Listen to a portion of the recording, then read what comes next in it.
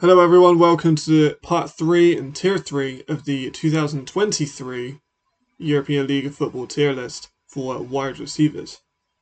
If you're coming back, I have 2 tier lists already done. If you want to check them out in the playlist, I shall link it on the video in the top right hand corner of the screen, so in case you are uninformed, you can see who I've got in 1 and 2. I said in the end of the last video how exclusive tier 2 was and how I was going to come in with some super long videos for the next 2 pieces, and it's going to take a really long time because of how many players there were. And then I came back and I decimated tier 3, so now there's even less players than there was before. I think originally had about 20 players in total for tier 3, and I've narrowed it down to like 11 or 12, depending on if I narrow it down again during the filming.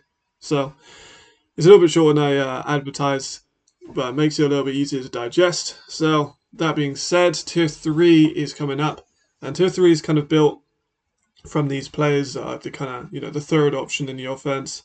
They're the reliable, dependable players that you go to. They are usually around 400 to 800 yards. It's a big gap, but some teams really spread the ball out, and some teams have more passing options than others. So we're going to see a recurring team in this one. 3 players I have from one team on this one. So, it kind of proves that not everyone has a number 1 receiver or even a number 2 receiver. Some teams just have a lot of tier 3 receivers, in my opinion. So let's just get straight into it. With tier 3, hope you guys enjoy. If you like and subscribe, you can see the rest of my videos. And yeah, let's just get straight into tier 3.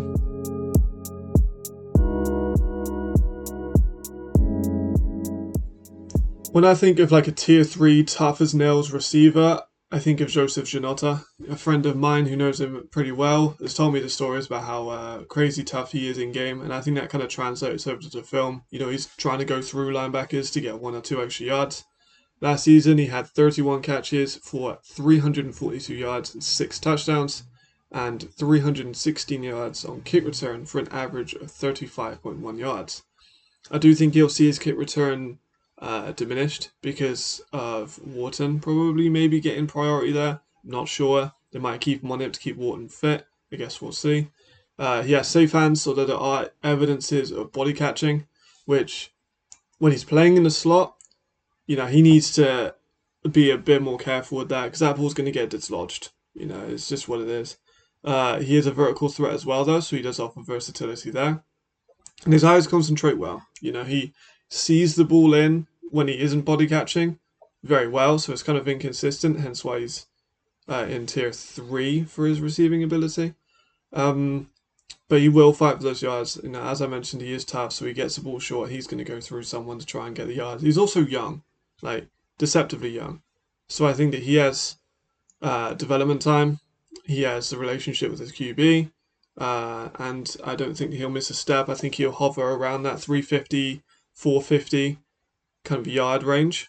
And I'm kind of expecting his catches to go up as well. It's a very similar offense to last season. It's nearly identical offense to last season. So I think that, I don't think he'll have any problems fitting in again this season. Coming through next, your Adrian Platt from the Raiders, who last season was also on the Raiders, so comfortability already, and he's getting his brother in as well, so even better for him. Last season, he got 476 yards on a very impressive 71.93% catch rate. He caught 41 balls out of the 57 targeted and scored 5 touchdowns. 11.61 yards per catch, safe option, and when you're catching the ball that much, it's a good reliable player to have on that 3rd and 10 kind of range. He increased last season from his AFL stats. He got 32 catches for 325 yards and 3 touchdowns in slightly less games in the AFL, but again, consistently with that 10 yards per catch. He's a very good slot and wing player. He can play that wing back just behind the line of scrimmage. Sometimes his footwork is a little bit, I don't want to say lazy, but just very unenthusiastic at times. Like, I think he knows he's not getting the ball in certain situations, so he doesn't really try. So I think that could be something to look out for. He does beat contact well though. You know, if he is engaged with a player, he can just swipe off of them and continue his route. So he does have that going for him. And you know that nearly 72% catch rate, he has safe hands. Like on the shorter and intermediate routes, he kind of shows that consistency, and I think that he maintains his level of production. I can't see him decreasing, but I also don't see him taking that step up. I think that he is the perfect kind of range for a tier 3 receiver, just a safe, homegrown option that's going to get you that first down when you need it most. Another one of our Surge players, but this time actually a returning player to the Surge, one of the actual bright sparks in the 0-12 team, Paul Steigerwald. He had last season 480 yards on 3 touchdowns, 41 catches for 65.08 catch rate, which isn't the best. However, he is a deep threat. You know, the ball comes up, and if you are throwing a deep ball and you get 65% catch rate, that's not too bad.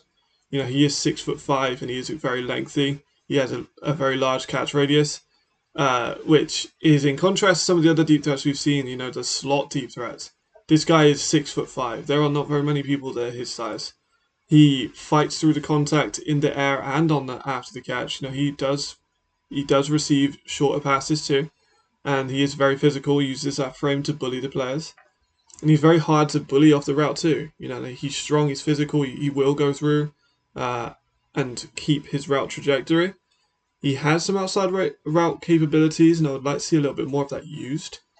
You know, he had a few out routes that looked pretty clean, but, you know, it doesn't seem to throw them very often.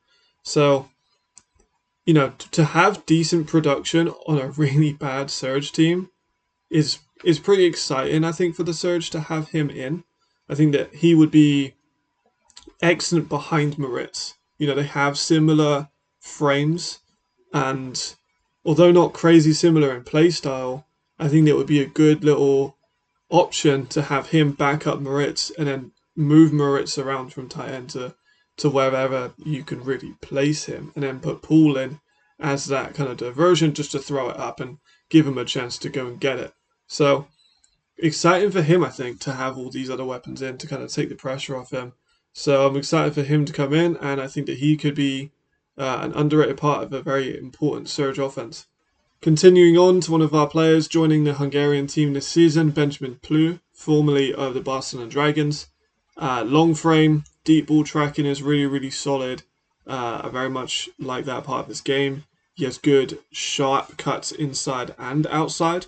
However, his start-stop is kind of lacking. You know, like he is very, very good at taking these angles and cutting. But when it comes to starting and stopping, he just seems to not have that same intensity, which is very odd.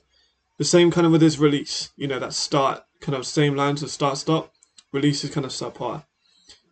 Not that he's a bad receiver, no, he's very good. You know, he had 566 yards, 5 touchdowns and 40 catches out of 67 targets, which was a 59.6%.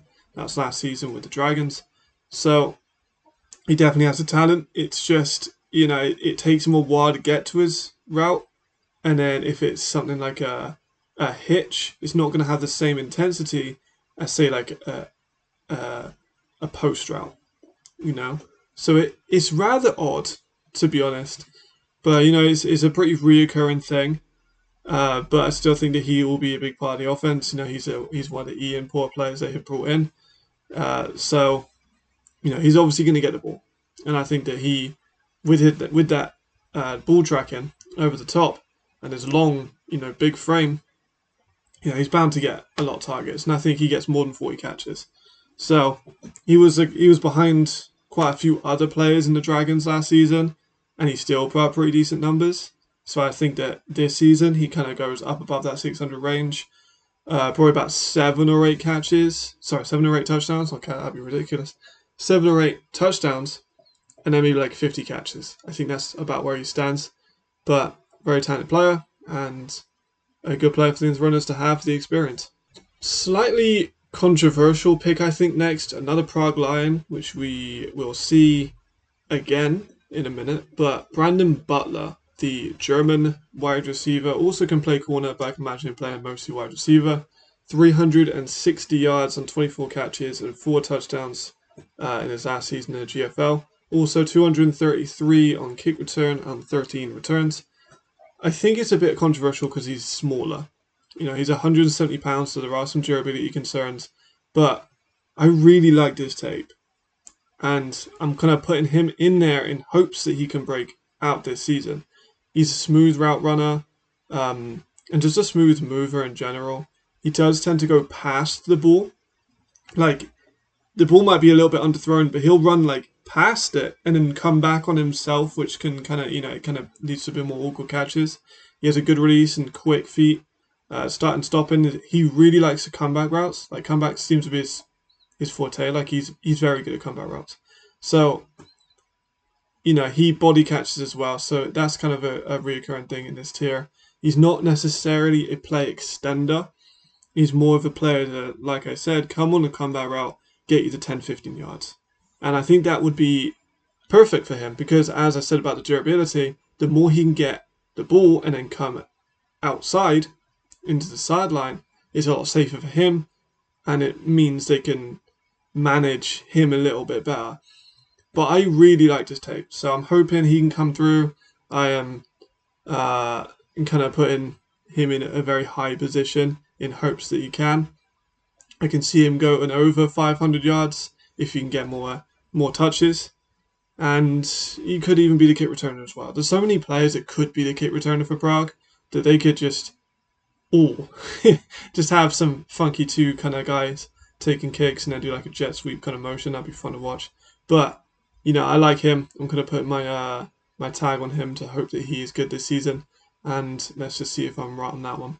Another interesting player coming into Vienna as well this season, Radim Kalos, Czech national player, 63 catches, 783 yards, 12 touchdowns in 2021 for the Dresden Monarchs. He's 6'1", 200 pounds. He has a perfect size to play all over the line. Long arms, he's relaxed. He moves super well. He's so loose in his style of route running, but he's great in contest. But that's kind of that loose style can force him to be moved off his routes pretty easily. I find, like, he's so fluid that he had a bit of a bump and it's kind of set his footwork off balance a little bit. So, but which is strange considering he's so good in contest.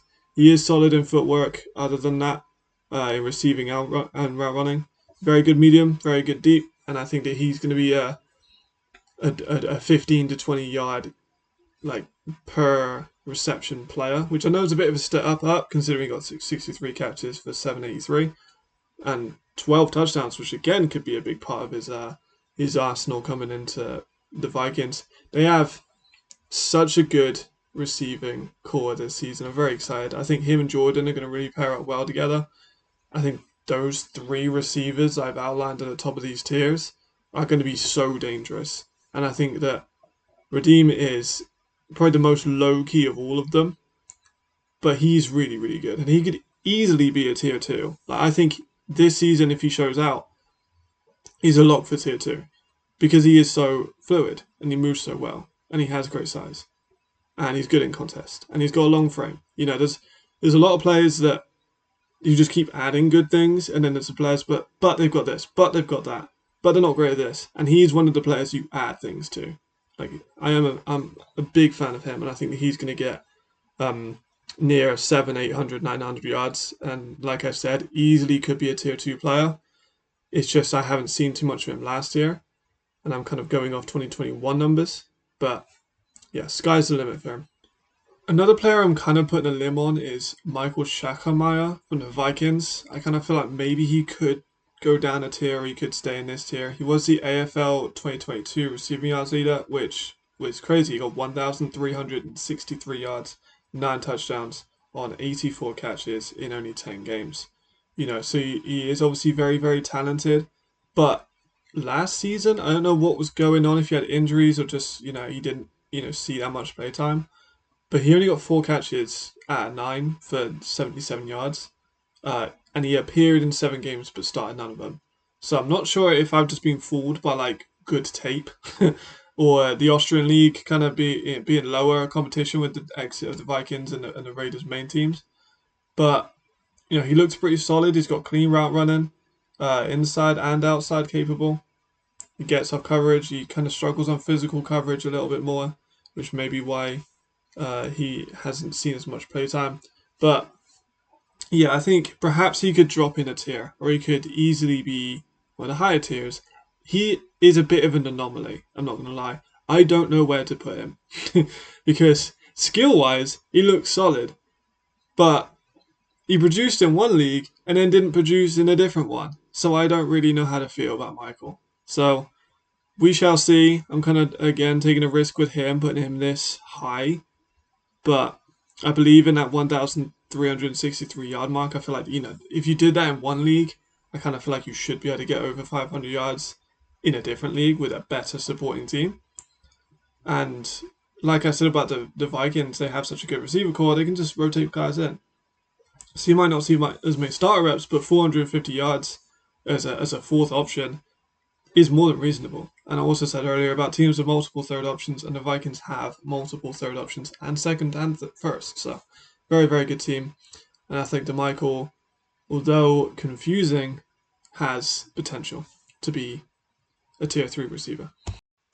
My risky picks do not stop there. Stefan Fortes from Paris, I think, is another player that I really, really like that I'm not seeing as much hype about. He played for the Flash last season as well as the Monarchs and compiled 12 games for 40 catches, 840 yards, and 18 touchdowns between the two teams combined. He is extremely fast, extremely quick, plays kick returns well, very good at extending plays, has breakaway speed when he gets through the gap and through the different parts of the team. Big playmaker, able to catch deep balls and extend play, as mentioned. He's acrobatic, but he's smaller. He's probably 170, maybe 175, maybe 180 by the start of the year, possibly. So durability concerns, size concerns, where he's going to play in that offense, I think mostly slot and it's like that jet sweep motioning receiver. Like kind of how like Tyreek Hill is using the Dolphins where they get him moving before the route so that he has that momentum and that speed to build up and then and catch the balls. It's a bit risky having him here considering, the Paris team is stacked and they have Sweet to kind of fulfill that role anyway of the smaller slot guy. But I believe in Fortes. I think he's going to be very, very good. And I'm excited to see him because I've not seen as much tape as other players with him. Only a very limited amount. But he has that kind of that playmaker role and that I really, really like, especially with like a third choice receiver. You need someone that's just going to make that dynamic play and get you that chunk yardage. And I think that he brings that to the table. And I think that for Paris, he's going to be an important player. Will we get 840 yards in 12 games? I don't think so. Could he get 500? I'd say easily gets 500, maybe into 600s. So, we'll see how he does in Paris. But I have no problem saying that he's going to be one of the more slept-on talents. Surprise, surprise, I've gone for another Prague player. I'm Eric Nicole from Prague, had 758 all-purpose yards for this last season. He had 34 catches and 638 yards and 5 touchdowns. He is a versatile weapon on offense and on special teams. More body catches on another player in assists. That seems to be a thing with all the Prague players I mentioned is body catching. So the receiver coach definitely going to have his work cut out there. He is a decent route runner. He tracks the ball well. But with his Rooster tape, I forgot to mention he played with the Helsinki Roosters. He tracks the ball well, but doesn't have a great vertical. So his high pointing is limited. He does go for it, but because of that lack of vertical, it's not necessarily the most effective weapon for him personally. He isn't afraid of contact over the middle though, and he is a bit more of a smaller receiver. So another player that could fit in this slot for Prague. Surprise, surprise. But, he could easily play outside and kind of be that intermediate inside route receiver. I just think that it could become predictable. And as the tape would kind of develop and teams see that they aren't going to be throwing to these outsides, I think that teams will be able to start game plan against that. But we'll see. I don't know how they're going to line up. They might line up completely different to how I'm suggesting they do. but we shall see. Another player that can return kicks. Further, I'm a little bit worried. They have some tier 3 receivers, but all the tier 3 receivers play the same position practically. So I guess we'll see. I guess we'll see. But I like him. I think he plays well. I just think that he is another kind of that lower end tier 3 that could dip into tier 4 with maybe limited production because of the very similar players in the team. I think he can get 400 yards, maybe 450, and maybe 5 touchdowns. So I think that he is kind of just on that edge of tier 3. But regardless, very good player, and interesting to see how he lands up for Prague. Philip Hahn, another Raiders player. So again, another team in Austria that's stacking up in that receiver core, and he is another returner on that Raiders team. So they've obviously prioritized getting a lot of their returners. They had a very successful year last year, and Philip Hahn was among one of the good players. 455 yards on a 59.46% catch rate, 44 catches out of the 74 targeted, which is not great. 3 touchdowns, again, lower end of productivity scale, but he sees well over his shoulder. He's a clean and smooth route runner, more body catching. Undersized, he's kind of more of a deep threat, but he's an undersized deep threat, which is, he's not particularly fast either. So it has its limitations. He is good on outside releases, and he does have an overall pretty decent release package. I like his outside route running a little bit more than I like his inside route running. But, kind of the quintessential tier 3 receiver with that 455 yards that we've seen him get. And I kind of see that exactly the same kind of this season. 450, 500. Might add a couple more touchdowns if he's been working on his red zone mobility. As an outside receiver in the red zone, you can have a little bit less space to work with than an inside receiver. So if he can, prioritize that in the offseason that we've just had, he might have done it, we might not. We'll see. If he can prioritize his inside release a little bit more, he might be able to get a little bit more time on the ball. But that's kind of where Marco comes in. So I'm not sure how much more production Philip can get. I think that he's kind of where he can be, and I guess we'll see how he does this season. But I can see it pretty much, I'm predicting, the same season from Philip, which is, not a bad thing. He's still got nearly 500 yards. So, all the best for him. Yannick Nowak from the Munich Ravens, joining from the Munich Cowboys, as we'll see pretty often. Another player that hovered 500 yards, 495 on 6 touchdowns and 43 catches with the Cowboys last season. Another player that's kind of slower on the release, has some decent route running, safe hands. But I really like his start-stop speed. He shows kind of a slower release, but when he gets into his breaks, he's pretty solid, which is different. He does see the ball into body at times. Again, more body catching. We're going to see more and more body catching as we go down the list. He runs high up when he gets the ball as well. It's very obvious he's just not trying to fumble, which is fine. But, when you play conservatively, you have less opportunity for big rack threat. Like, you will see him holding the ball like a running back going through a line of scrimmage. And he runs high, which leaves his legs able to tackle him. So he's a conservative player, which is fine. As a third tier receiver, you kind of need to be safe. And I think that he is safe. But you know what you're going to get from him, and you're going to get the catch and then probably not minimal rack threat. So expecting about the same, maybe a little bit decrease as he gets used to the new league and it's a whole new team. So I guess we'll see how that kind of factors into his productivity. But I think that he kind of hovers around the 450 yards, same as Hahn. And I think they have quite a similar, a bit of a similar skill set. So I think they'll finish around the same kind of range. And I think that he'll see a slight decrease as he goes into the new league, but we shall see. But, it's Munich Ravens, so that they're kind of hard to predict because they are a new team, like completely built up from the ground up. A lot of the Cowboys players kind of came in, so maybe he'll have familiarity with everyone, and we'll see how he does with that. But yeah, only time will tell.